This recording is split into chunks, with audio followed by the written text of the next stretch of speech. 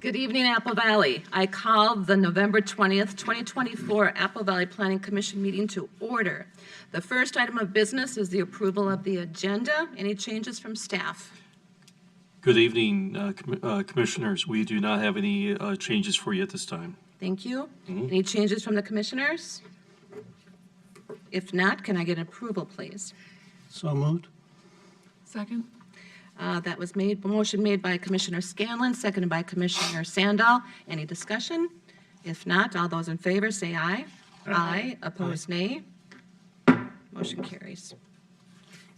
Next item of business is the approval of the consent agenda. The consent agenda items are considered routine and will be enacted with a single motion without any discussion unless a commissioner or citizen requests to have any item separately considered. It will then be moved to the land use action items for consideration. Can I get a motion? Madam Chair, I approve the consent agenda items as listed. Second? Motion made by Commissioner Scanlon, seconded by Commissioner Sandal. Any discussion? If not, all those in favor say aye. Aye. Opposed, nay.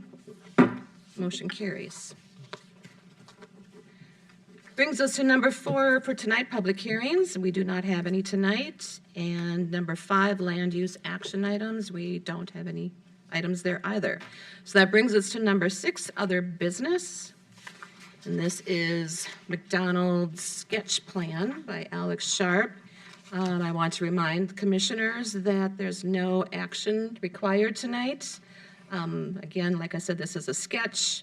They don't specifically state whether or not you would approve or deny the request, rather give them insight and some answers back.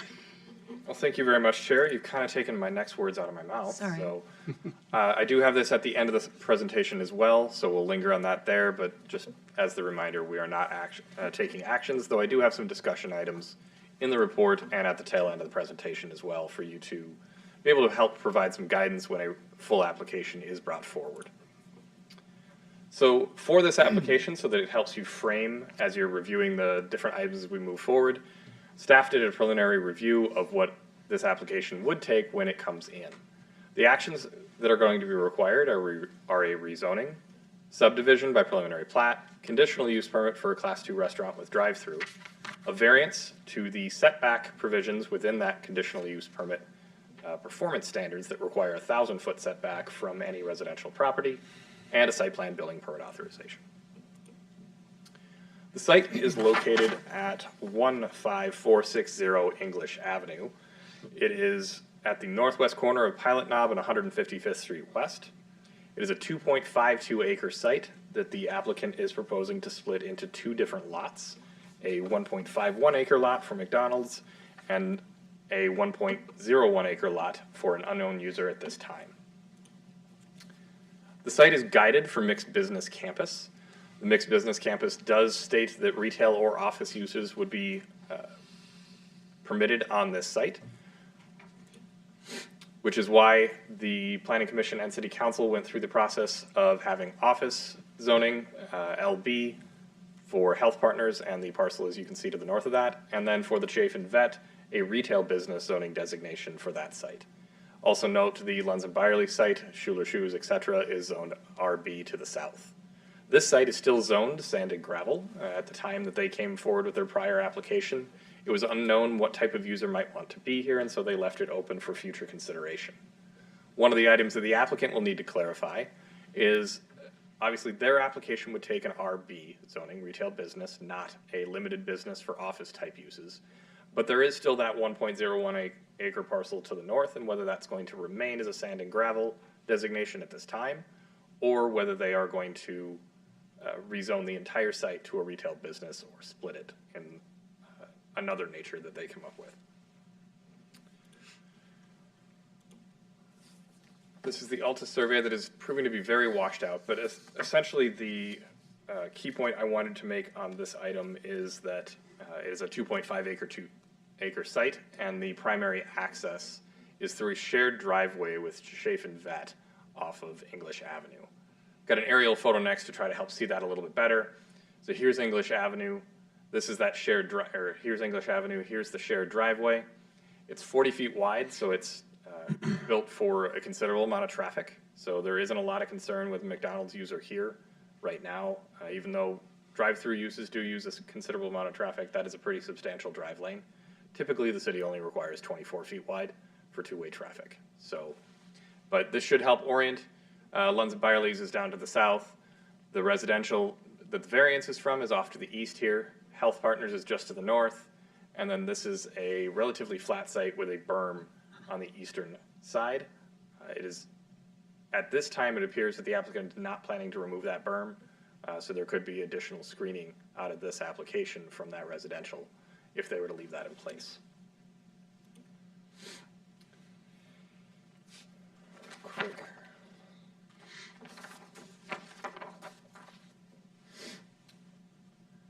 The site plan shows a 3,859 square foot building with a 50-foot setback off of Pilot Knob, which is what's required from our arterial roadway. And the site plan actually shows a 50-foot setback off of 155th Street West as well. All that is required is a 40-foot setback. Speaking with the applicant, it looks like they were trying to line up with the Chafin Vet building to the west, which took a 50-foot setback because to the south they have a dog run that they were meeting that 50-foot setback, or the 40-foot setback for.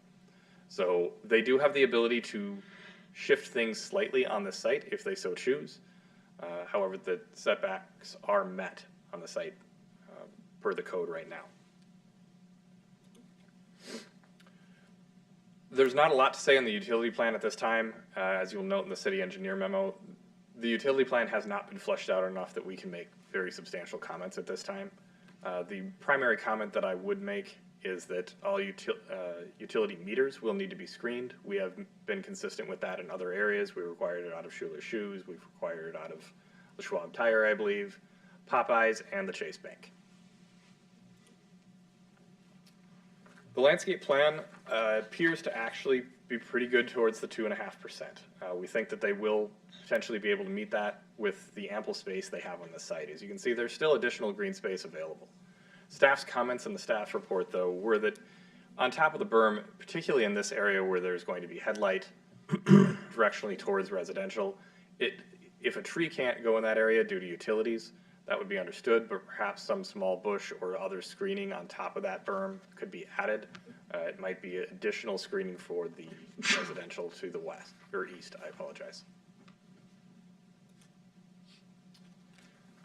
The applicants worked with us pretty substantially on the building elevations. So originally, I noted in the staff report that we were looking at hardy plank, which is a little bit more of a residential type material. I want to applaud the applicant because what they've come forward with is a predominantly faced brick, accent metal, and then the small area of ephes that I did note in the staff report is largely in this area up here, where staff is less concerned. ephes is a solid product, but once damaged, very difficult or impossible to repair. And so when you see that around drive-throughs with people perhaps not driving as carefully as they should, you can result in some damage to the buildings that ends up being rather unsightly. And so placing it up this high really doesn't have much of an impact and still allows them to use the material that is fairly predominant throughout the market.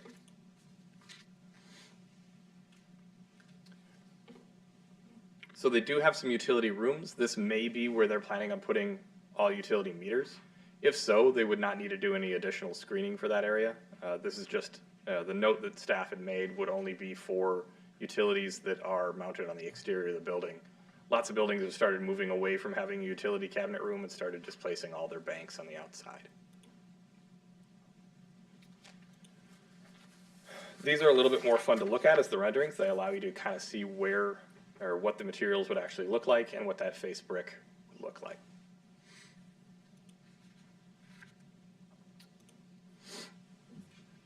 As we start getting into your discussion items, one of the primary ones I feel will potentially come up once the 350-foot notice is sent out is the setback from residential. So depending upon how you measure it, you could do a 200-foot separation between that ponding, which is technically a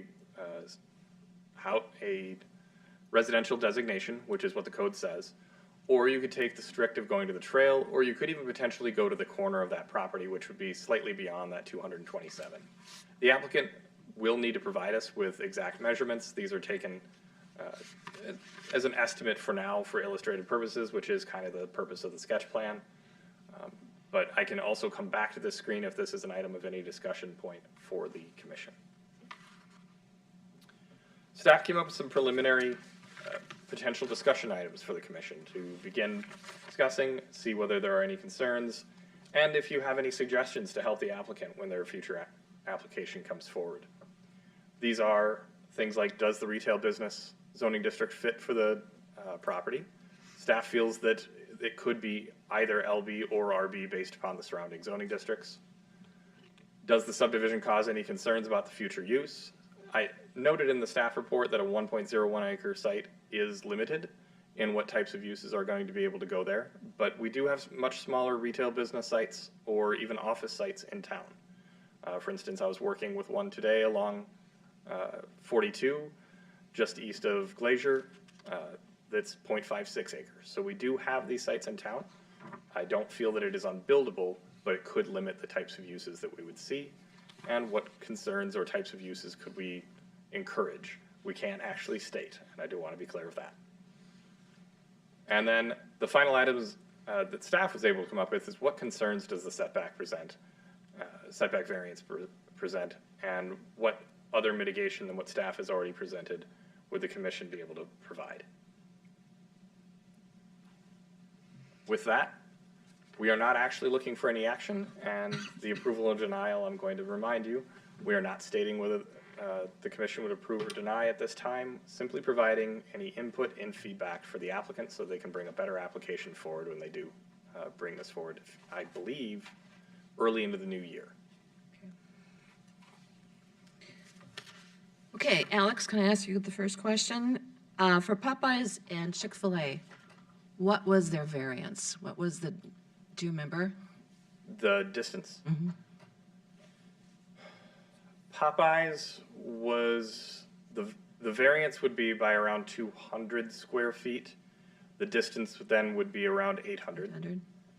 Chick-fil-A would be, and I'm going to have to estimate on this one because it wasn't my project. I'm going to say somewhere on the order of 600 to 700 would be the variance because it's immediately across Cedar. That one also had a sound wall that was built up on that western side of Cedar Okay. as a further barrier. And in the case with Popeyes, there was the Arby's closer that had been approved before the housing development had been. Right, okay. And the last question is it a 24-hour service, McDonald's? Chirkurt's, that has not been established at this time. Okay. Okay, Commissioner Pruitt. Yes, thank you, Madam Chair. Alex, you touched on it a little bit, and I was curious if you do recall, you said there was maybe a sound wall barrier. Were there other things they did to mitigate? You had mentioned, there could be the possibility of the headlights, so maybe the berm is of a height that's sufficient. Just curious at the Popeyes and the Chick-fil-A, were there any other things done to mitigate the distance that you recall? To mitigate the distance, no. That wall was put in place. I would look to the city attorney on whether we actually can place this restriction, but I do believe that limiting the volume of or hours of the drive-through have been discussed. We may not have the legal authority to do that, so I don't know if we can limit hours of a drive-through or not. I'd say when there's a formal application, we can address those issues. Madam Chair? Thank you. Thank you. Any other? Commissioner Pruitt? No, thank you. Commissioner Scanlon? Madam Chair, Alex, I was just going to go through a couple of questions on the site plan elevations and a couple other things from your report, and then I'll take a look at your questions that you had for us. Concerning the elevations, I can definitely see where the applicant has put some effort into working on our need for a balanced four-sided design. I'd like to still see some additional the front. Some of those details are, McDonald's has gone to such a contemporary type look, makes it a little more difficult, but if some of those elements can then be transferred versus just I noticed they've put the hangs over the drive-throughs and so forth. If something can be done, a little additional, like we've done in the past on some of these restaurants. Chick-fil-A is an example where we've helped balance out the design over and above what's being shown here. So that would be some initial comments on that. Concerning the site plan, can you kind of walk through how the flow of traffic is supposed to take place here? Sure. Chair Kurtz, Commissioner Scanlon, the flow of traffic right now is set up to come in through the shared drive here on the north. So this is the remnant lot here. It will then flow down and for drive-through use would pull into one of these two lanes here. Ordering would be in this location here, and then additional pickup would be in these areas here. You can see that you can do some pickup from the building here through those windows with the overhangs we saw. And then for the meals that are taking a little bit longer, they do have built-in pull-through space. They've also got the full escape lane fully around the building. And then it appears that they will be sufficient on parking. I made one note in the staff report that they're missing 6 inches from the depth of each stall, but they've got more than enough ability to be able to make that up. One of the items that I should have touched on a little bit more is the sidewalk connections out to Pilot Knob. That is something the city engineer is seeking. The applicant has stated a concern about that due to the grades and cutting through the berm, so we will need to look at that a little bit closer at their application.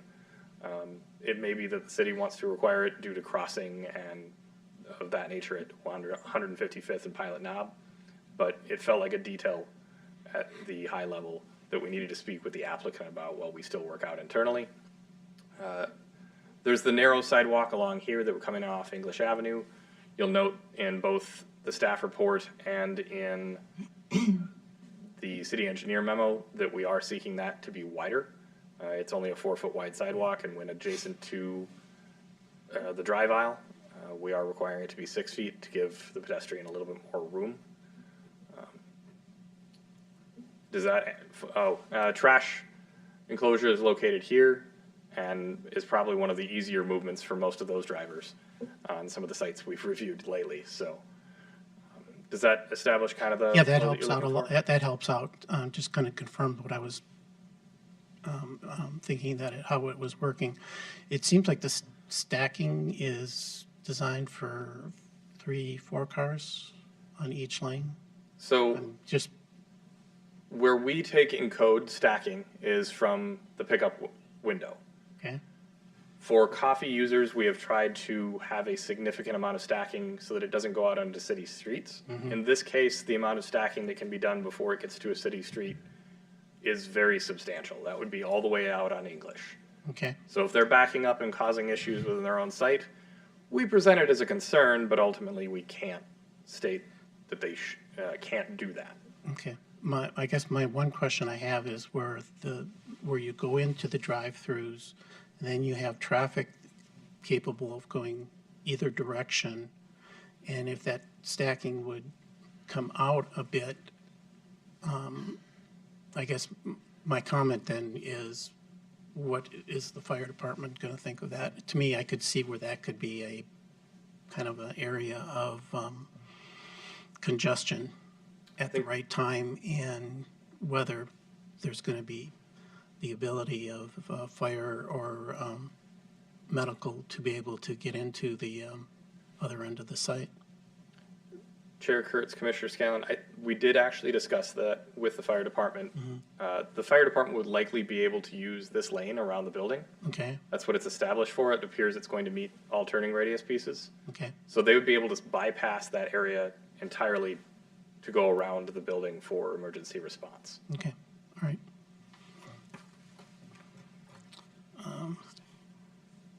You were already kind of mentioned, I was just going to bring up to support what you've mentioned in your report about the pedestrian access, the importance of doing that. And the medical office building that just went in, or the medical building that just went in, they did a pass through the berm for doing connection points there, so showing on how that could be done. So, and then also supporting the need for the parking that we've consistently been maintaining, especially with the size of pickup trucks. the length thereof, and then make sure that they incorporate a bike rack into the system. Yes, we would place that as a condition. Yeah. Do you want comments at this time about the subdivision variance and so forth? Chair Kurtz, I believe that's up to you. How you want to establish Go ahead comments? and get started on that, okay. With, in concerns of the subdivision, I'll concerned with the open lot and how that's going to be developed in the future. I think it's going to be very limited, just what we've seen recently about what could go in there that would then sit vacant for an extended period of time for a possible tenant to build on that. So it's concerning especially with the smaller size of it.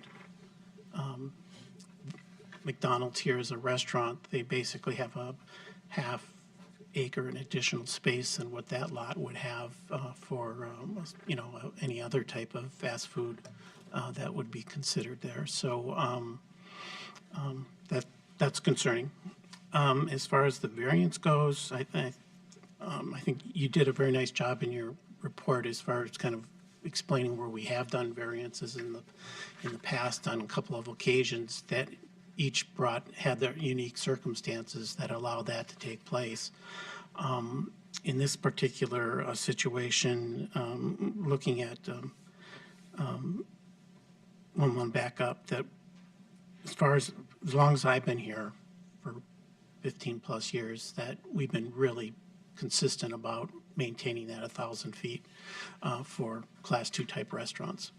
And with the exceptions that we have done, and in this case, the residential neighborhood was well established before this coming up. So I guess my question as far as trying to look at or mitigate that in a Class 2 restaurant, are there good, better, or best ventilation systems? Or are there options over and above a standard system that could mitigate or take away our concerns with the having a restaurant like this so close to a residential zone? Chair Kurtz, Commissioner Scanlon, far be it from me to say I'm an HVAC expert. I do know that there are things that can be done. I don't know whether they can. I don't know the cost of those items. I don't know whether they are something that McDonald's can build into their systems or not. I think it's a good question to ask them. The applicant is present. Yep. And so it's something that you could establish for them to further research and come back with their application to answer, or see if they can answer this evening. Yeah, and then as far as the zoning question goes, this has never been a part of that discussion in terms of the way we looked at using this property was for, just as you originally explained it, for versus restaurant type use, which was all planned for the south. And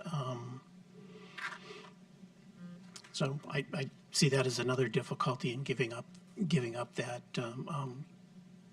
plan that is in place to be able to accomplish what we had already talked about for a number of years on that, for this piece of land, so. Chair Kurtz, Commissioner Scanlon, if I may, the guiding does note for mixed business campus for this, in the blob plan that was adopted in the comprehensive plan, does mention a retail component could be present in this location. Right. Otherwise, Chafe and Vet wouldn't be consistent with comp plan. So Okay. that's why staff felt that it could be zoned either a retail business or Okay. a limited business, because both types of uses are noted in that comp plan designation. Okay, thanks for that clarification, I appreciate that, so thank you. That's all I have right now. Okay, thank you. Commissioner Halas? Thank you, Chair. Alex, nice job on the presentation. I've got a couple questions, and in regards to the variance, I think that Pilot Knob Road gives the accent or the enough noise variance and noise on the barrier right there to the residential across the street. I don't see that as a big issue. but the traffic on the way that's being dealt with to go into this facility looks like one way in and one way out, and hasn't been looked at for other ways to access the facility. And this might be further down the road to take a look at this, but further access to on 155th Street. Chair Kurtz, Commissioner Halas, I will let the Assistant City Engineer weigh in here, but the access spacing for this area was set long before. An additional access onto a 155th roadway will not be permitted. I don't know what the access spacing is. Perhaps Assistant City Engineer could weigh in on that.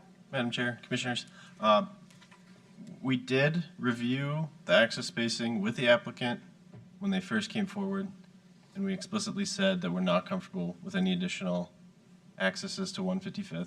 That was made clear kind of immediately upon considering any use for this site. So that's a firm stance that our engineering department and public works will take. I don't have the exact spacing of what the minimum spacing standard would be off of Pilot Knob. Could provide that, but just know that it will be well outside of this site.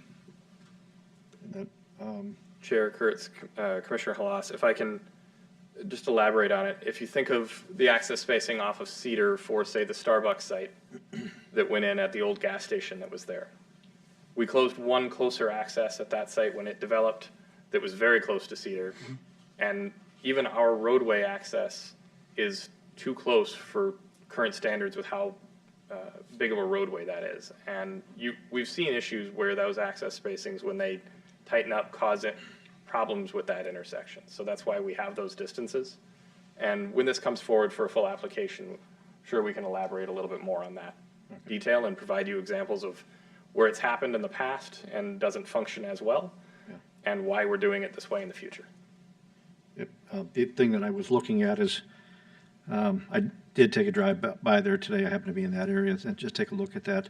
Through that access lane, I can foresee people coming south on Pilot Knob, going west on 155th. They're going to say, I don't see how to get in here. So that'll be something you address in the future, but signage is going to be very important and to get people in without getting frustrated on how to find the place.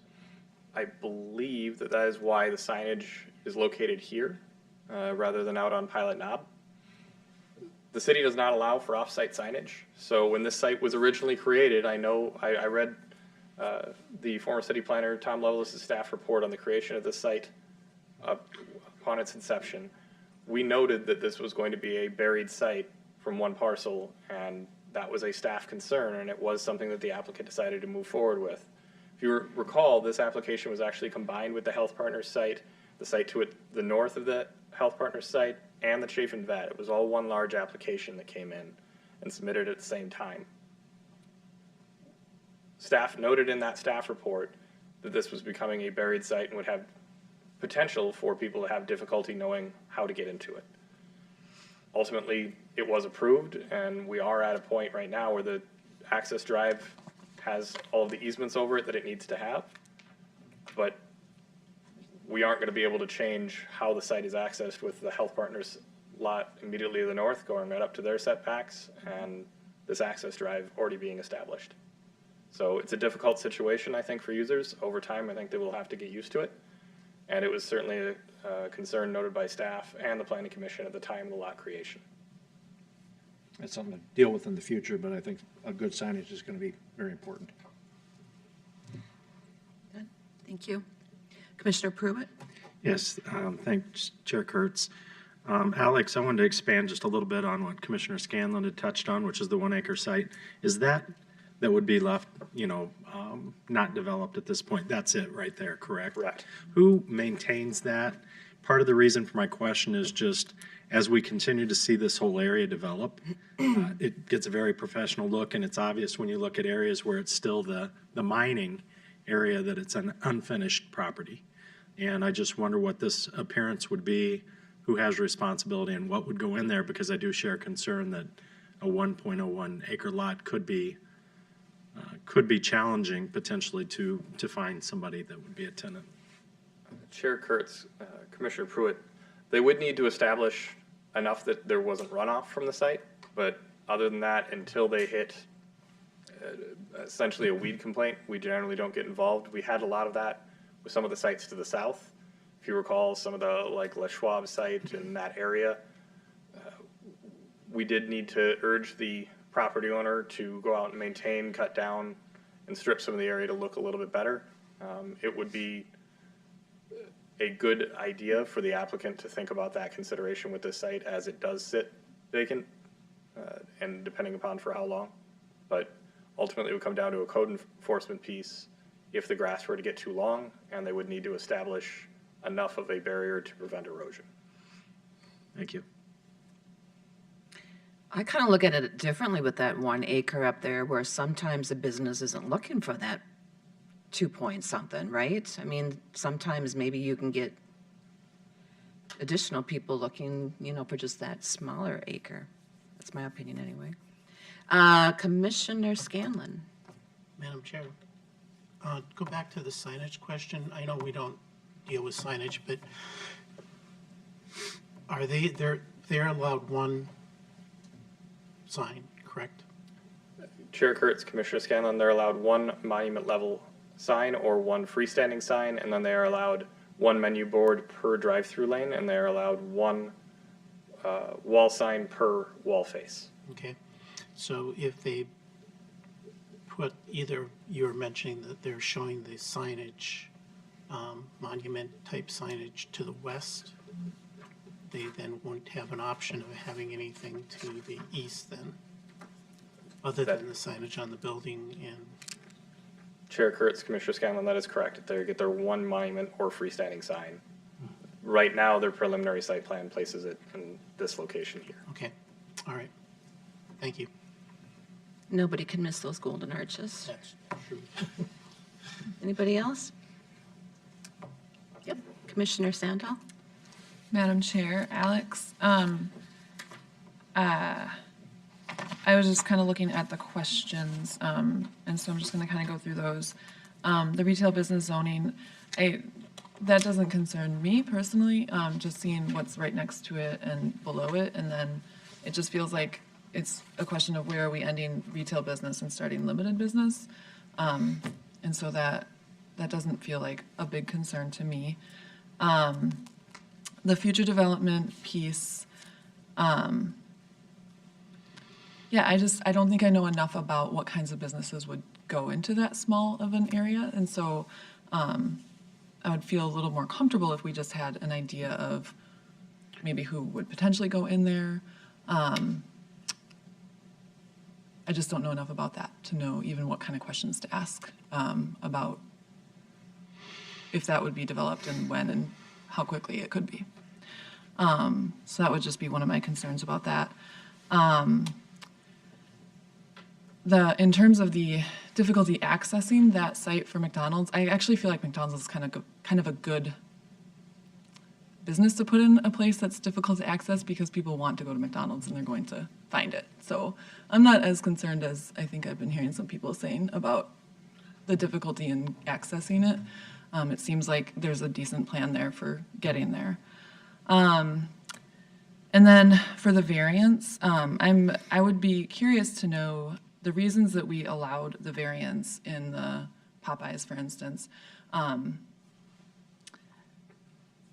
Are those reasons different from the reasons here? And the one thing that I'm hearing is that this is an already established residential site and the Popeyes was not, which that's a fair point. I also understand that Pilot Knob is very busy and loud, and so I'm not sure if that's enough of a mitigation factor.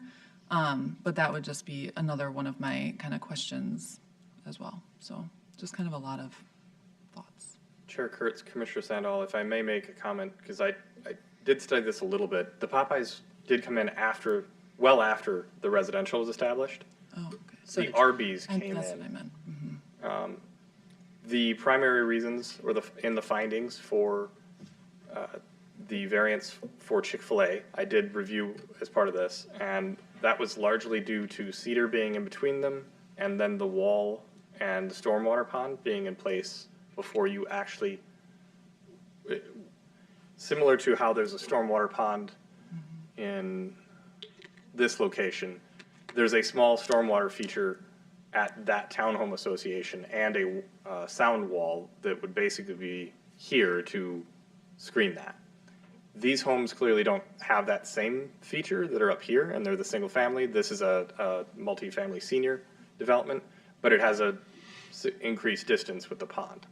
So that was the primary reason for Chick-fil-A, and the primary reason for Popeye's variance and the findings there were largely due to the fact that Arby's was closer.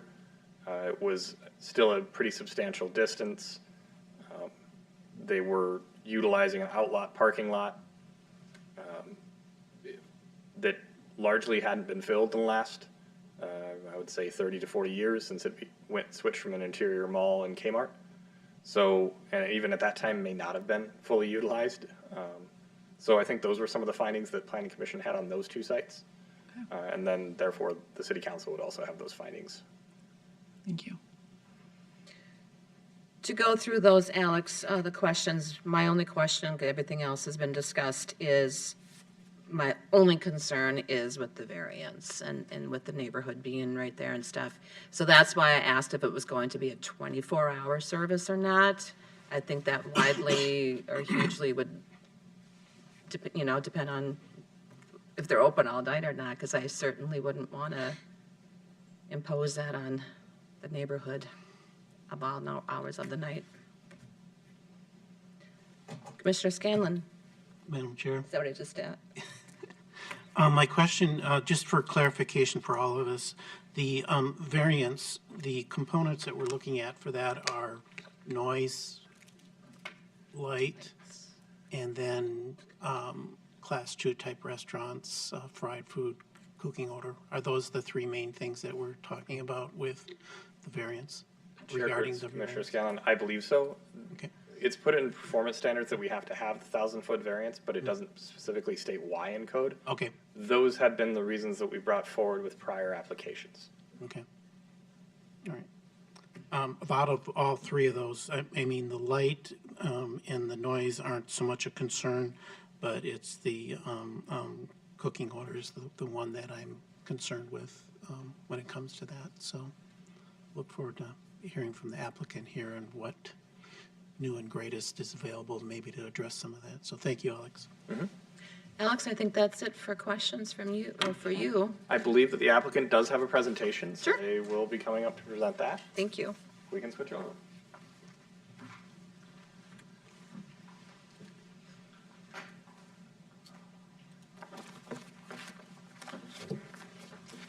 Good evening, Chair, Commissioners. My name's Eli Sankey. I'm a civil engineer with Kimley Horn, here today with Robert from McDonald's. We're excited to be here. I think Alex did a great job presenting the project. He's going to make my life a lot easier. I didn't know exactly what he was going to discuss, so some of this is going to be a little bit repeat info, so we can fly through these first couple slides. So here's kind of the overview of the site. What I wanted to address mostly with this is that the access comes off of English. As alluded to, we were told early on no access was permitted off of 155th or Pilot Knob, so coming through the north side of the vet clinic.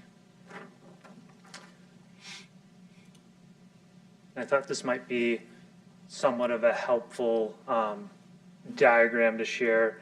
Rather than kind of outline that far northeast corner, I kind of put a dot over the restaurant and showed a 400-foot radius, as alluded to by Alex. The stormwater pond adjacent to kind of the senior living building is closest to the site, but that's obviously not inhabitable. So just thought this might provide a little more context from the store's location in particular.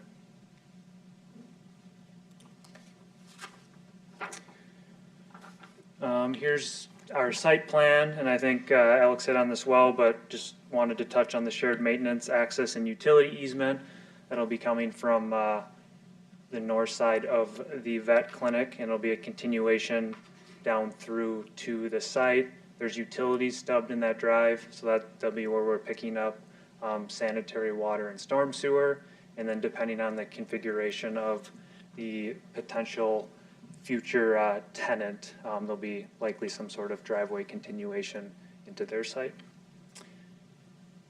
And then sidewalk, as already alluded to, would kind of come down from the vet clinic as well and provide connectivity to the site. And then we're currently showing a 8-foot wide sidewalk up from the trail on 155th.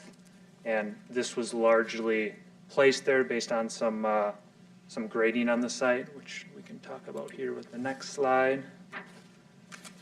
So here's our grading plan. As you can tell, there's some pretty significant grade change from the site down to 155th, as well as down to Pilot Knob.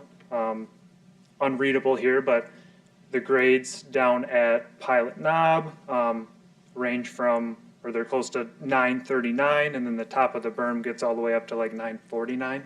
So we're talking about a 10-foot difference, which is pretty substantial. So early on, we had identified that is a challenge for a sidewalk, which is why we're showing it a little bit further west on 155th, as shown here. And removing the berm was discussed with planning staff and with McDonald's. And due to the utilities in the berm, there's some fiber, some communication lines. Lowering/relocating those was not desired. And then if we lower our site, we're kind of fixed on the north side in the vacant lot, and Health Partners, that berm's pretty well established there. So if our site comes down and they stay up high, then we're likely doing some sort of retaining wall that kind of wraps around. That's obviously not desirable from a cost perspective. And then probably most importantly is those utility connections are set on the north side of the vet clinic. So since those are gravity services, we need to drain our sanitary and stormwater down to those services. So the more we lower our site, the harder it is to maintain those gravity connections. And I was on site a couple months ago, took this photo. It's facing south towards the intersection of 155th and Pilot Knob. Kind of just shows some of the topography I was alluding to with the berm, and then some of the flags in the berm denoting that there's utilities in those areas. I think that's all I had. Appreciate you guys listening today, and curious about feedback and any questions we can help answer. Thank you. Anybody have any questions for him? Sure. Madam Chair, do you have any concerns with some of the items that have been outlined in the staff report in terms of anything from the parking and some of the things that we've discussed tonight as far as being able to incorporate some of that? So the parking in particular, I think there's plenty of space out there to make sure those stall lengths are shown correctly. I think McDonald's is happy with the level of parking that is on site. The trail connection, I think that'll be some active coordination between our team and the city to see what makes the most sense out there. When we originally talked about the sidewalk connection closer to 155th and Pilot Knob, and I guess speaking for Robert here as well, McDonald's really doesn't like the sidewalk to cross the drive-through in terms of safety. So that was another thing that was discussed, which is why it's shown currently further west. So we don't have customers picking up their food, looking in the bag, trying to drive their vehicle, and crossing pedestrians. Okay, there's no other questions. Thank you. Robert, did you want to say? Yeah, if it would be okay for me to address the board. So particularly you had questions about the. Come to the mic more. Oh, I'm sorry. That's okay. You had questions about the smell. So, I mean, I could just start by saying that all our kitchens and hoods, they're designed with the primary grease filters that are routinely maintained. Our venting system is an updraft, which is meant to just get it up into the air. And I realize you have your 1,000-foot requirement for this type of building, but the fact that you're crossing Pilot Knob, it would be very unlikely, I think, smell would ever get to those residential neighborhoods. So that's addressing one of your concerns that you brought up. And I don't know if there's anything else that you want answered while. I worked at a business right next to McDonald's for 30 years. Yeah. And I'll be honest, we never smelt McDonald's. And we have restaurants that are much closer to residences, and it's, we try to be a good member of the community. So this is something that, our operators who want to maintain, that kind of relationship with the community, they take pride in, making sure that stuff like that doesn't bother surrounding. And will it be a areas. 24-hour service? So that is our preference. Everything is open to negotiation, but the drive-through is typically a 24-hour. Commissioner Scanlon has another question for you. Back to the ventilation, is there other options than what you standard do to better mitigate odor concerns? We do not have any other standard options, no. Are there other options? I'm sure we could research something, but that's our standard, and it has worked well for us for 50-something odd years, so. Yeah, well, we're still dealing with a concern with the variance. Understood? I'm trying to look at ways to mitigate and go forward. So it's one of those things I think it's important that I'd like to see some type of options that come back that could assist with dealing with that concern. Understood. Because, as I mentioned, the neighborhood was here first, with the understanding that I don't think the Class 2 restaurant was a consideration at that time, so, when that was all approved, so you could do that, I'd appreciate. Thank you. Anybody else? Nope, that's all. right. Thank you. Thank you for your time. Thank you. Thank you, Alex. Good presentation.